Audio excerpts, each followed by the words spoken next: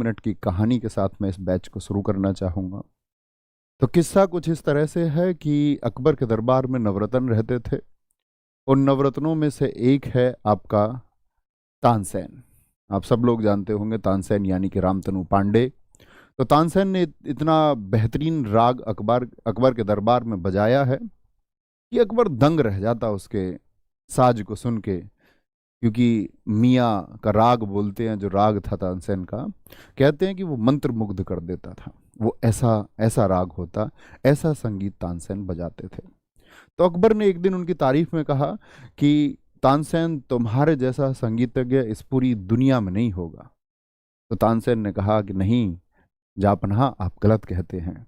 अभी मेरे गुरु जिंदा हैं, अभी मेरे गुरु जीवित हैं, और उनसे बेहतरीन साज इस दुनिया में कोई नहीं छेड़ सकता। तो उन्होंने कहा कि फिर तो उनको बुलवाया जाए और उनको बोला जाए कि महाराज की ऐसी तमन्ना है कि वो हरिदास, जो कि तानसेन के गुरु थे, उनका साज सुनना चाहते हैं। उन्होंने कहा जी वो दरबार में नहीं आते साज सुनाने, जाना पड़ेगा।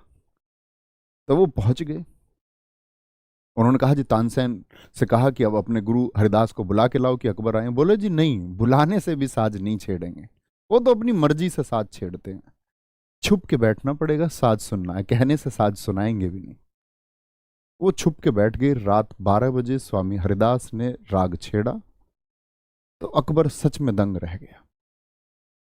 तो अकबर ने कहा यार तानसेन, तुम सही कहते थे, तुम्हारा साज तो बड़ा खराब है, और अपने गुरु की तुलना में स्वामी हरिदास का जो ये साज है ये सच में बहुत बेहतरीन है, और मैं दीवाना हो गया इसका।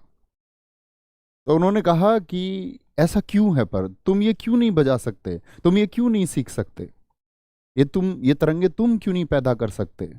तो उन्होंने कहा जी मेरा मेरा जो कार्य है ना वो बंधा हुआ है राज दरबार के प्रति, लेकिन मेरे गुरु जो है ना वो स्वतंत्र रूप से साज को बजाते हैं।